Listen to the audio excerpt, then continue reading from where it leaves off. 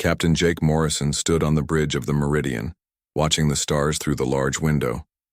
3 months ago, humans had figured out how to travel faster than light. Now they were exploring space farther than anyone had ever gone before. "Captain, we're getting something strange on the sensors," said Lieutenant Amy Clark from her station. She was the ship's navigator and had been with Jake since the beginning of the mission. Jake walked over to look at her screen.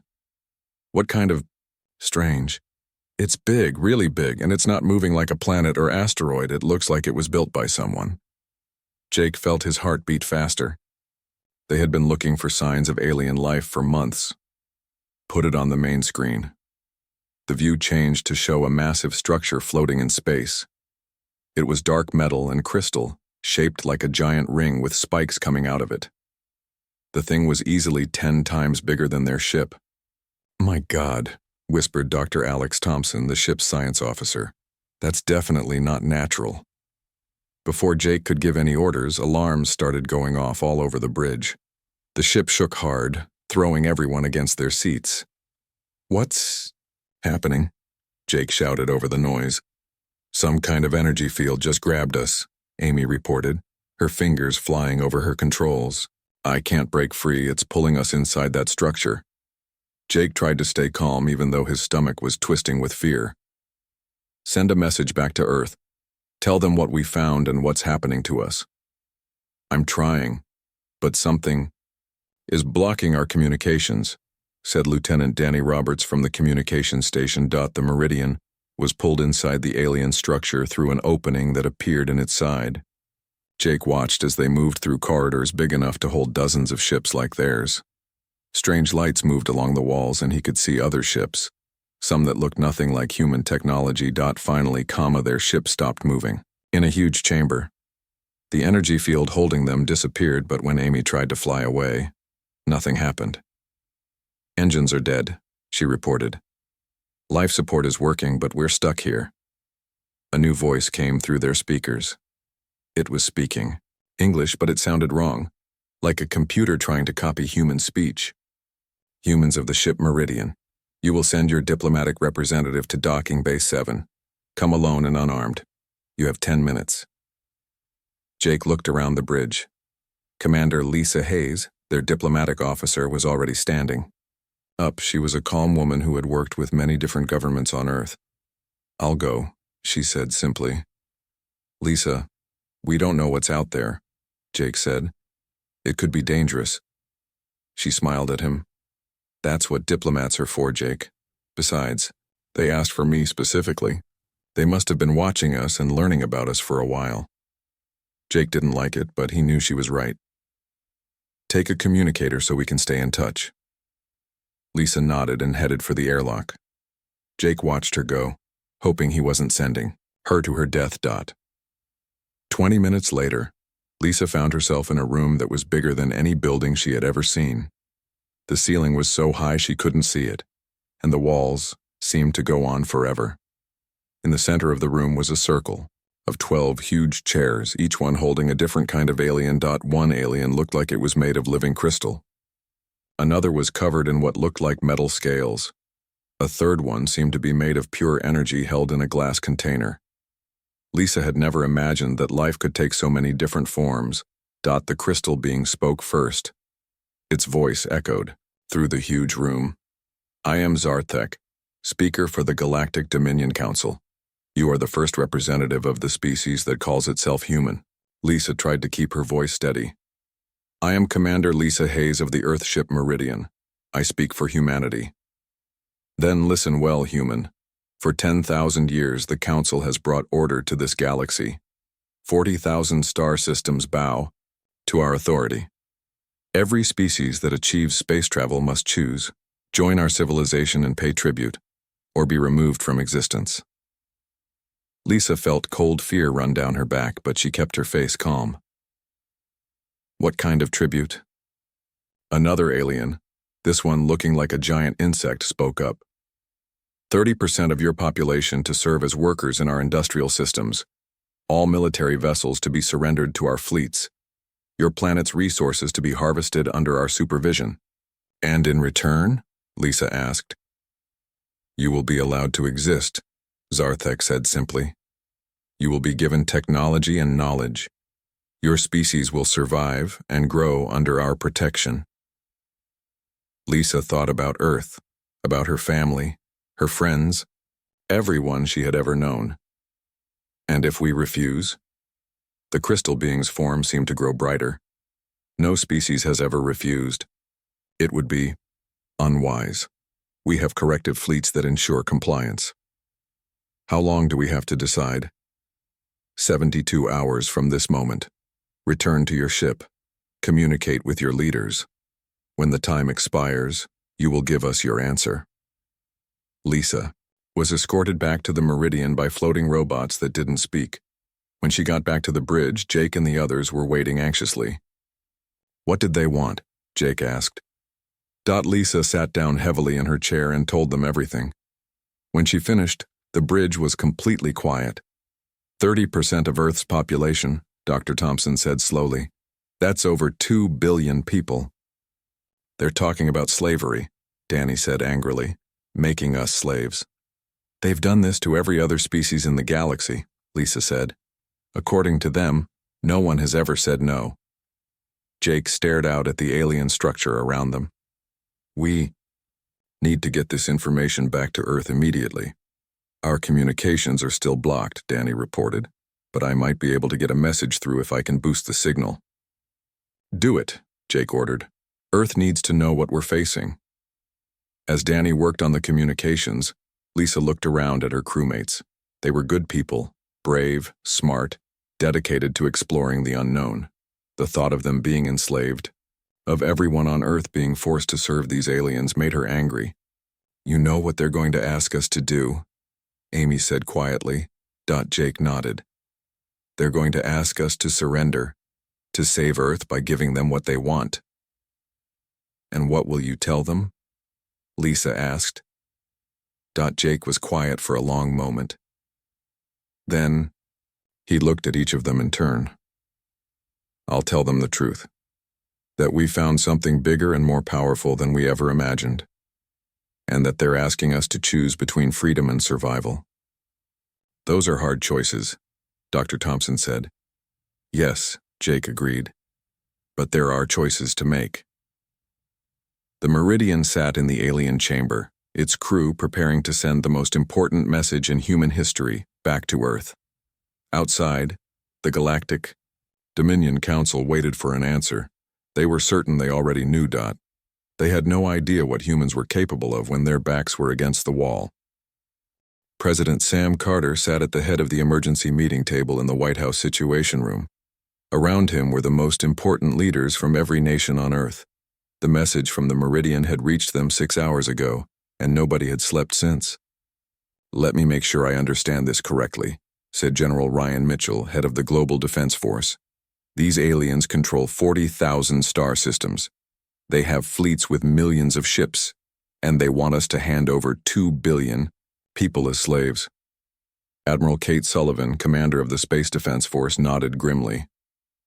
That's what Commander Hayes reported, and if we refuse, they'll send what they call a corrective fleet to force us to comply. Dr. Alex Thompson's voice came through the video link from the research station, where he was studying every piece of data the Meridian had sent.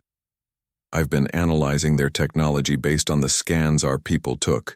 Their weapons and ships are centuries ahead of ours, maybe thousands of years ahead. President Carter looked around the table at the faces of world leaders. He saw fear, anger, and determination in equal measure. What do we know about other species that faced this choice? According to the aliens, every species submitted within their first year of contact. Dr. Thompson replied, no one has ever refused their demands. So we'd be the first, said Prime Minister Helen Brooks of the United Kingdom. The first to try, corrected Admiral Sullivan. We don't know if anyone survived trying to say no. The room fell quiet. Everyone was thinking the same thing. How do you fight an enemy that controls most of the galaxy? General Mitchell spoke first.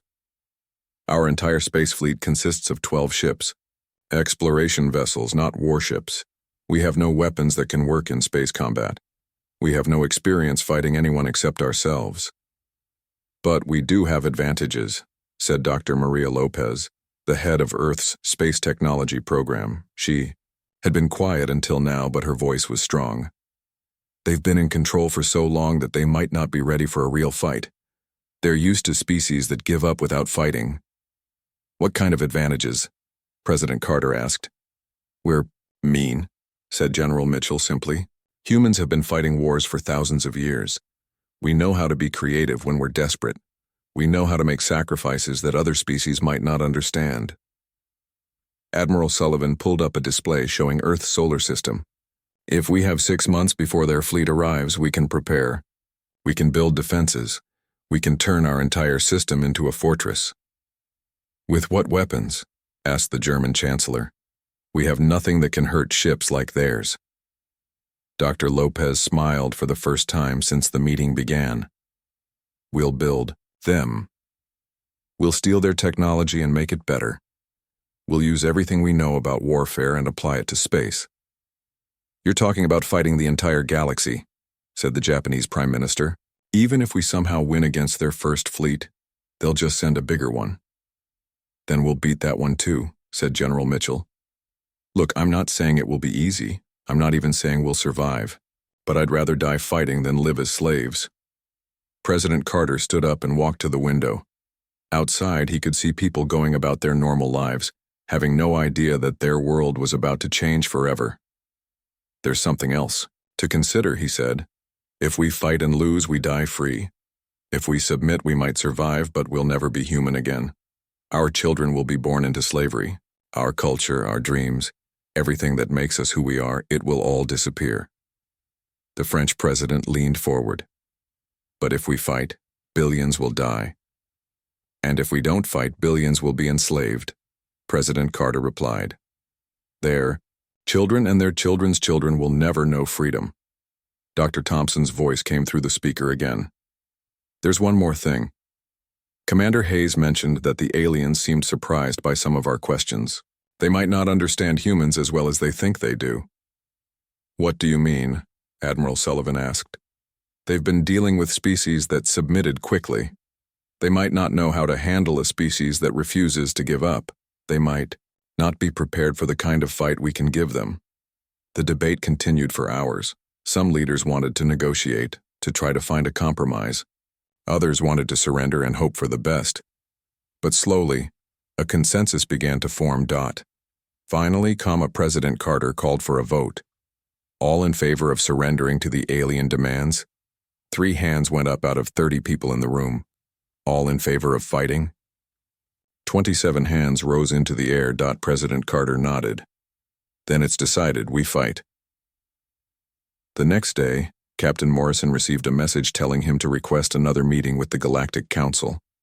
Commander Hayes put on her best uniform and once again walked through the alien corridors to the massive chamber. The 12 aliens were waiting for her, just as they had been before. Zarthek's crystal form glowed brightly as she approached. Human diplomat, your 72 hours have expired. What is your species' answer to our generous offer? Lisa Hayes stood straight and tall in the center of the enormous room. She thought about her home, about her family, about every human who had ever lived and died free. She thought about the children who hadn't been born yet and what kind of world they deserved to inherit. Our answer is simple, she said, her voice echoing through the chamber. The 12 aliens leaned forward, expecting to hear the words of submission. They had heard from countless species before. Lisa Hayes looked directly at Zarthek and spoke one word that would change the galaxy forever: no. The silence that followed was absolute. For several seconds, none of the aliens moved or spoke. They seemed frozen, as if they couldn't believe what they had heard. Finally, Zarthek's form flared brighter than before. Did you say no? Yes, Lisa replied calmly. We said no. We will not surrender our people. We will not give up our ships. We will not become your slaves. We choose freedom. The insect-like alien made a sound like grinding metal. This is impossible. No species refuses the Council's offer. We just did, Lisa said. Another alien, one that looked like it was made of flowing water, spoke up. You do not understand the consequences. We have the power to destroy your entire world. We understand perfectly, Lisa replied. You can kill us, but you cannot make us submit. That's the difference between slavery and freedom. Zarthek's form was now glowing so brightly it was hard to look at. Very well, humans. You have chosen to be classified as a rogue species. A punishment fleet will be dispatched to your system. You have 6 months to reconsider your foolish decision. 6 months will be enough, Lisa said confidently. Enough for what? The crystal being asked. Lisa Hayes smiled. Enough to show you what happens when you threaten human freedom. As she walked back to the Meridian, Lisa could hear the aliens talking in their strange languages. They sounded confused and angry. For the first time in 10,000 years, someone had said no to the Galactic Dominion Council. Back on Earth, President Carter was already mobilizing every resource his planet had. The greatest war in human history was about to begin, and for the first time ever, humans would be fighting for more than just their own survival. They were fighting for the right to remain human. The news of humanity's defiance spread across the galaxy faster than anyone expected. On the Council's capital world, Zarthek stood before the full assembly of alien leaders, his crystal form pulsing with angry light. In 10,000 years of galactic rule, no species has ever refused our demands, he announced to the gathered representatives. The humans have declared themselves a rogue species. They must be made an example of. An alien that looked like a collection of floating metal, Spheres spoke up. Perhaps we should send a larger fleet than usual. If other species see that defiance is possible. Exactly, Zarthek replied. We will send the 7th Punishment Fleet. 100 ships should be enough to handle 12 human vessels. Meanwhile, on Earth, President Carter wasn't wasting any time. Within hours of Lisa Hayes delivering humanity's answer, every factory on the planet was being converted to military production. The largest construction project in human history was beginning. General Mitchell stood in the main command center that had been built in the Rocky Mountains. Giant screens showed the progress happening all over the solar system. Report on our defensive preparations, he ordered. Admiral Sullivan pointed to a display showing the space around Earth. We're building defensive platforms at every major point between here and the outer planets. Mars is being turned into a fortress world. We're hiding weapons and supply depots in the asteroid belt. What about ships? The general asked. We're building as fast as we can, replied Dr. Lopez, who now headed the emergency shipbuilding program. We have 30 combat ships under construction, and we should have 50 by the time they arrive. 50 ships against 100, General, Mitchell said grimly. Not great odds. It's better than 12 against 100, Admiral Sullivan pointed out. Besides, we're not planning to fight fair. Dr. Thompson joined them from his research lab. He looked tired but excited. I've got good news and bad news about the alien technology we captured from their scanning beams. Give me the bad news first, General Mitchell said. Their ships are definitely more advanced than ours. Their weapons are more powerful, their shields are stronger, and they're faster. And the good news? Dr. Thompson smiled. They're not used to fighting anyone who fights back. Their technology is designed for intimidation and control, not for actual combat against a determined enemy. What does that mean? Admiral Sullivan asked. It means they build ships to look scary and to overpower weak resistance, Dr. Thompson explained. But they haven't fought a real war in thousands of years. Their ships aren't designed to handle the kind of weapons we're building. Dr. Lopez pulled up new designs on her screen. We're combining their technology with our own military knowledge. We're building ships that are smaller and faster than theirs, but carrying weapons they won't expect. Such as? General Mitchell asked. Nuclear missiles, for one thing, Dr. Lopez said. They don't seem to use explosive weapons at all. Their battles are all about energy beams and shields. They might not be ready for old-fashioned explosives delivered in new ways. In another part of the command center, Captain Morrison and pilot Danny Roberts were planning reconnaissance missions. The Meridian had been allowed to leave the alien structure and return to Earth, but Jake had an idea for how to use that to their advantage. They let us go because they think we're helpless, Jake explained to Danny. They don't see us as a threat, so they might not be watching us as carefully as they should. What are you thinking? Danny asked. Stealth missions. We take our smallest, quietest ships and scout their positions. We learn everything we can about their fleets, their technology, their weak points. Danny grinned. I like it. When do we start? Tomorrow, Jake replied. We need to know what we're up against. As the weeks passed, Earth transformed itself in ways no one had thought possible. Every nation worked together with a unity that had never existed before. Factories that had made cars now made spaceship parts. Scientists who had studied medicine now studied alien technology. Farmers who had grown food now grew supplies for the war effort. But the most important work was happening in space. Admiral Sullivan commanded the construction from her new flagship, a ship called the Defiance. It was bigger and more powerful than anything humans had ever built before. How are our asteroid bases coming along? She asked Navigator Amy Clark, who had been promoted to help coordinate the defensive network. We have hidden weapons platforms in over 200 asteroids, Amy reported. The aliens will think they're flying through empty space, but we'll have guns pointing at them from every direction. Meanwhile, Danny Roberts was returning from his third reconnaissance mission to the edge of the solar system. What he had discovered was both encouraging and terrifying. They're coming, all right, he reported to the command staff. 100 ships just like we expected.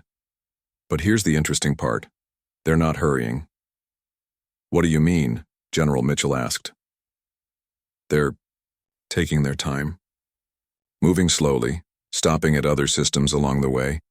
It's like they're not worried about us at all. Good, said Admiral Sullivan. Let them be confident. Confident enemies make mistakes. Dr. Thompson had been working on another project, studying the communications they had intercepted from other alien species. What he found surprised everyone. There are species out there who are talking about us, he announced during a briefing. Word of our refusal has spread, and some of them are interested. Interested how? President Carter asked.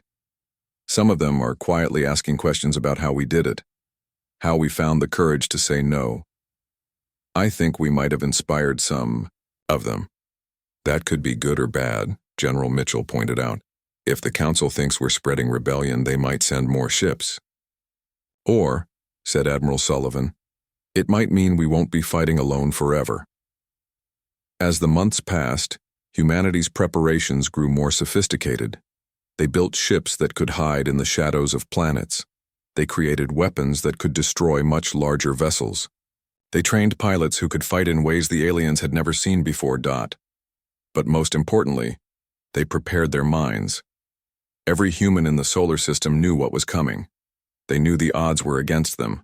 They knew many of them would die. And they were ready anyway. Captain Morrison stood on the bridge of his new ship, the Warrior, watching the construction happening all around him. Hundreds of ships were being built. Thousands of people were working around the clock, and the entire solar system was becoming a fortress. Do you think we can actually win this? Amy asked him. Jake looked out at the stars where he knew the alien fleet was coming from. I don't know if we can win, he said honestly, but I know we can fight. And sometimes, that's enough. In the command center on Earth, President Carter was looking at the same stars. In 3 weeks, the alien fleet would arrive. The greatest test in human history was about to begin. But for the first time since this all started, he was beginning to believe they might actually have a chance. Humans had always been at their best when they were fighting for something they believed in. And there was nothing they believed in more than freedom. Commander Vextai of the Galactic Dominion's 7th Punishment Fleet stood on the bridge of his flagship as they approached the human solar system. The massive ship was called the Inevitable, and it had never failed to complete its mission in 3,000 years of service. Sir, we're detecting multiple vessels in the system, reported his sensor officer, a slug-like alien named Gorth. How many? Vextai asked, not really caring. The humans had 12 ships when they were discovered. Even if they had built a few more, it wouldn't matter. Approximately 50 ships, sir. Vextai's 4 eyes blinked in surprise. 50. In 6 months they built 50 ships? Yes, sir. And there are defensive structures around several planets and in the asteroid belt. Vexte made a sound that was the equivalent of a laugh among his species. Impressive for primitives, but still meaningless. Begin the attack. Target their largest vessels first. But as the Dominion fleet moved deeper into the solar system, they encountered something no punishment fleet had ever faced before, an enemy that had been preparing for them. Admiral Sullivan watched the alien ships approach from the bridge of the Defiance. Around her, the combined human fleet was ready for battle. 50 ships wasn't many compared to the aliens' 100, but each human vessel was crewed by people fighting for their home. All ships, this is Admiral Sullivan, she said into her communicator. Remember, we're not trying to win a fair fight. We're trying to survive and make them pay for every inch of space they take. Captain Morrison, commanding the Warrior, responded first. Understood, Admiral. Ghost Squadron is ready to begin hit-and-run attacks. Firebase Alpha is ready, reported Major Steve Wilson from one of the hidden asteroid platforms. We have targets locked. The battle began when the alien fleet was still 2 days away from Earth. The humans didn't wait for the enemies to reach their planet. They went out to meet them. Danny Roberts led the first attack in a small, fast ship called the Hornet. His job was to test the alien defenses and see how they responded to unexpected tactics. Coming in fast on their flank, he reported as he dove toward the alien formation. Launching missiles now. The aliens were caught completely off guard. They had expected the humans to group their ships together and try to fight a traditional space battle. Instead, single human ships were attacking from multiple directions, firing weapons the aliens had never seen before, then disappearing back into space. What kind of weapons are those? Vexte demanded as explosions rippled across the shields of 3 of his ships. They appear to be primitive fusion devices, Gorth replied, studying his sensors. But the delivery system is unusual. The humans were using nuclear missiles, but not in the way the aliens expected. Instead of large, slow projectiles, they were firing small, fast warheads that could change direction in flight and attack from unexpected angles. No matter, Vexte said. These pinprick attacks cannot seriously damage our ships. Continue toward their planet. But the attacks weren't meant to destroy the alien ships. They were meant to confuse and distract them. While the aliens were dealing with the hit-and-run strikes, they didn't notice the real trap being prepared. Admiral Sullivan watched the alien fleet move deeper into the asteroid belt.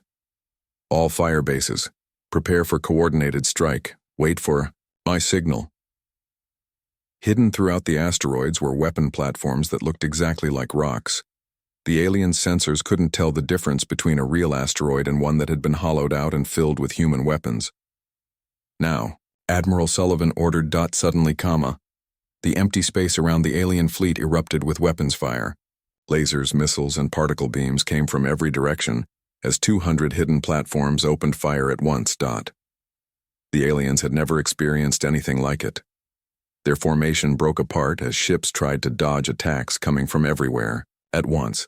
Several of their vessels took serious damage before they could even figure out where the attacks were coming from. Impossible, Vexte roared. How are they hiding so many weapons? But the humans weren't done, while the aliens were. Dealing with the asteroid ambush, Captain Morrison led the main human fleet in a direct assault on their rear guard. All ships target their engines, Morrison ordered. We don't need to destroy them. We just need to stop them from running away. The human ships moved in a coordinated attack pattern that the aliens had never seen before. Instead of trying to match the aliens' firepower, they used speed and teamwork to overwhelm individual enemy vessels. Dr. Thompson's biological weapons also proved effective. Gas canisters that would harmlessly bounce off human ships were devastating to aliens who had never developed immunity to Earth's bacteria and viruses. Sir, we're losing ships, Gorth reported as another alien vessel went dark. The humans are using weapons and tactics we have no defense against. Vexte couldn't believe what he was seeing. In 3,000 years, the 7th Fleet had never lost a single ship. Now they had lost 12 vessels in 2 hours, and the humans didn't seem to be slowing down. But the most shocking moment came when the aliens tried to retreat.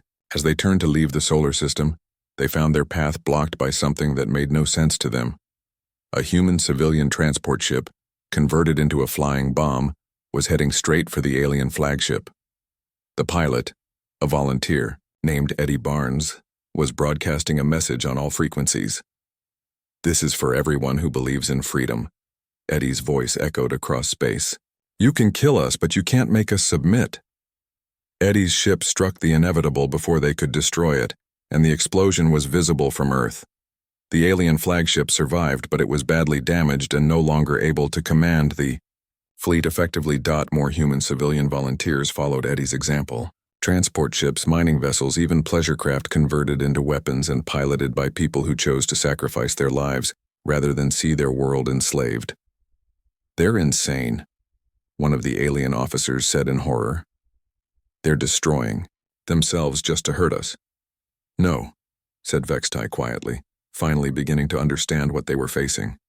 "They're not insane. They're something we've never encountered before. They would rather die than surrender."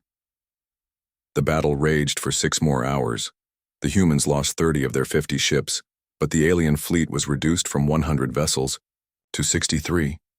More importantly, the aliens were demoralized and confused. They had never faced an enemy willing to make such sacrifices. As the surviving alien ships finally retreated from the solar system, Admiral Sullivan surveyed the aftermath. They had won the first battle, but she knew it was only the beginning. "Send a message to Earth," she ordered. "Tell them we stopped the first fleet. Tell them we proved that the Dominion can be beaten." Captain Morrison, whose ship had survived the battle with heavy damage, joined the communication. "And tell them something else," he added. "Tell them that word of our victory is going to spread across the galaxy. Other species are going to hear that someone finally stood up to the Council and won." As the human fleet regrouped and began repairing their ships, they didn't know that Morrison was right. On 100 different worlds in 1,000 different languages, the news was spreading. The humans had said no to the Galactic Dominion, and they had made it stick. For the first time in 10,000 years, the Council's fleets had been defeated in battle. The age of unquestioned alien rule was beginning to crack, and the cracks were spreading. The news of humanity's victory spread across the galaxy like wildfire. On Kepler 442b, a world that had been enslaved by the Dominion for 800 years, a factory worker named Zolt stopped his assembly line and looked up at the sky. "Did you hear?" he whispered to his co-worker. "The humans won. They actually beat a punishment fleet." Similar conversations were happening on thousands of worlds. Species that had forgotten what freedom meant were suddenly remembering. The word "no," humanity's simple answer to the Council's demands, was being translated into hundreds of languages and whispered in secret meetings across the galaxy. On the Dominion capital world, Zarthek was furious. The crystal being stood before the full Council assembly, his form blazing with angry light. "This is a disaster," he declared.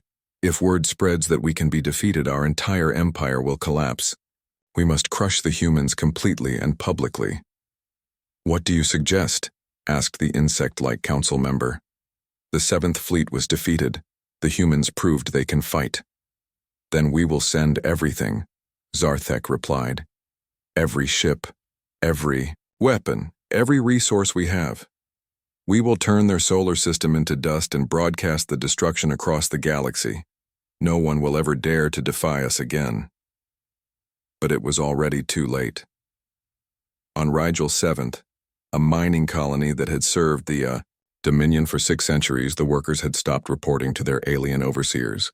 On Vega Prime, the tribute ships heading to the capital had mysteriously disappeared. On dozens of worlds, the carefully maintained order of the Galactic Empire was beginning to break down. On Earth, President Carter was dealing with a new problem: how to coordinate with alien rebels across the galaxy. The secret communications they were receiving were coming faster than they could translate them. "Sir, we're getting messages from over 300 star systems," reported Communications Director Janet Palmer. "Most of them are asking the same question: how do we fight back?" "What are we telling them?" Carter asked. "The truth," replied Admiral Sullivan, who was still commanding the human fleet in space. "We're telling them that the key is working together. The Dominion is powerful because it can fight each species separately. But if we all fight together..." Dr. Thompson, now Earth's chief alien technology specialist, had been studying the communications they were intercepting from Dominion forces. "They're pulling ships from all over the galaxy," he reported. "They're bringing everything they have to attack us." "How many ships?" General Mitchell asked. "Over 2,000, maybe more." The room fell silent. Even with all their preparations, humanity couldn't possibly fight 2,000 ships. "But," Dr. Thompson continued, "that means they're leaving other systems undefended, if the rebellions time their attacks right." President Carter nodded, understanding immediately. "We become the bait. We draw their main force here while other species attack their weakened positions."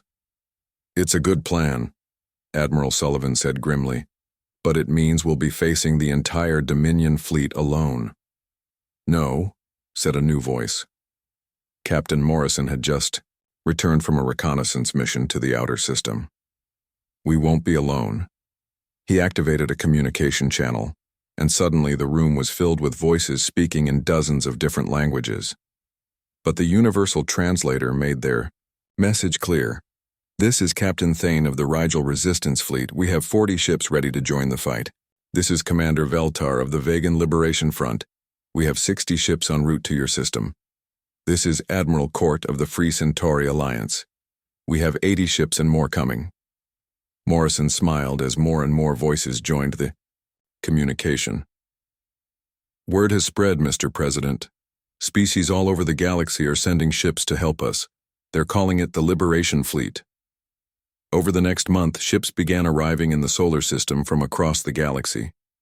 They were all different. Some were converted cargo vessels, others were stolen Dominion warships, and a few were ancient ships that hadn't fought in centuries. But they all had one thing in common. They were crewed by beings who had decided they would rather die free than live as slaves. The combined fleet now numbered over 800 ships. It still wasn't enough to match the Dominion's numbers, but it was the largest force ever assembled against the Galactic Empire. Admiral Sullivan found herself commanding not just human ships but vessels from 40 different species. It should have been impossible to coordinate such a diverse force, but they all shared the same goal. "This is Admiral Sullivan to all ships," she broadcast, as the Dominion's massive fleet appeared at the edge of the solar system. "Today we fight, not just for our own freedom, but for the freedom of every species in the galaxy. Today we show the Council that their age of tyranny is over." The final battle was unlike anything the galaxy had ever seen. 2,000 Dominion ships faced 800 rebel vessels in the space around Earth. The fighting was fierce and desperate, with ships from dozens of different worlds using their unique technologies and tactics against the Empire's forces. Captain Morrison led a mixed squadron of human and alien fighters in hit-and-run attacks on the Dominion's heavy cruisers. Danny Roberts piloted a ship that had been built by combining human engines with alien weapon systems. Dr. Lopez coordinated the defense platforms that were now manned by volunteers from 6 different species. But the most important moment came when Zarthek himself appeared on all communication channels, his crystal form radiating fury. "You cannot win," he broadcast to the rebel fleet. "We have ruled this galaxy for 10,000 years. We are eternal. We are inevitable." Admiral Sullivan's response was heard by every ship in both fleets and broadcast across the galaxy by hidden rebel transmitters. "You're wrong," she said calmly. "You've ruled through fear and intimidation. You've never faced an enemy that truly believed in freedom. That's your weakness. You don't understand what people will sacrifice for the right to choose their own destiny." The battle raged for 12 hours. Ships were destroyed on both sides, and brave beings from dozens of worlds gave their lives for freedom. But slowly, impossibly, the rebel fleet began to gain the upper hand. The turning point came when Captain Morrison led a desperate assault on the Dominion flagship. His ship, damaged and barely functioning, managed to break through the enemy defenses and deliver a crippling blow to Zarthek's vessel.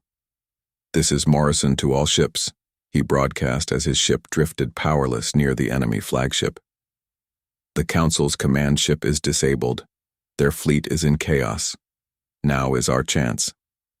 The rebel fleet pressed their attack, and suddenly the organized Dominion formation collapsed. Ships that had been enslaved for centuries turned on their masters. Others simply fled, rather than continue fighting for an empire they had never believed. When the battle was over, fewer than 200 Dominion ships had escaped. The rest had been destroyed or captured.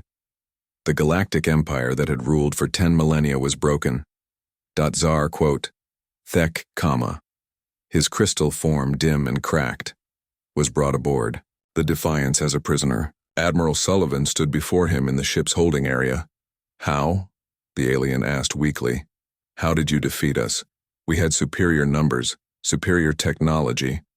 Sullivan looked at the being who had once commanded the galaxy's fear. You made one mistake, she said. You demanded our submission and offered us slavery in return.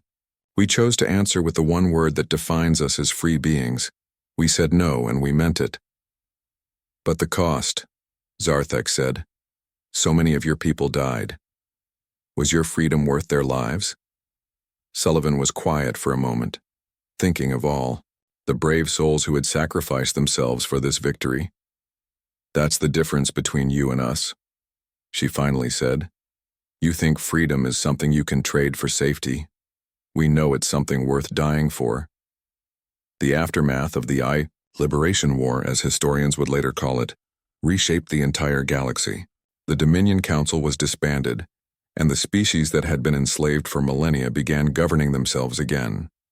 Earth became the center of a new galactic alliance, based on cooperation rather than domination. President Carter, now addressing representatives from hundreds of worlds, spoke the words that would define the new age. We didn't fight this war to become the new rulers of the galaxy, he said. We fought it to ensure that no one would ever rule the galaxy again. Each species has the right to determine its own destiny. Each world has the right to say no to those who would enslave them. Captain Morrison, now an admiral himself, stood on the bridge of a new ship called the Liberation. Around him, the solar system bustled with activity as ships from hundreds of worlds came and went freely. Do you think it will last? Amy Clark asked him. She was now his first officer and had been with him through the entire war. Morrison looked out at the stars, where free beings were exploring and trading and building new civilizations without fear of dominion or tribute. As long as there are people willing to say no to tyranny, he replied, freedom will survive. In the end, humanity's greatest contribution to the galaxy wasn't their military skill or their technology. It was something much simpler and much more powerful: the courage to refuse submission and the willingness to fight for the right to remain free. The word no, spoken by a human diplomat in an alien chamber, had grown into a revolution that freed the galaxy. And across the stars, in a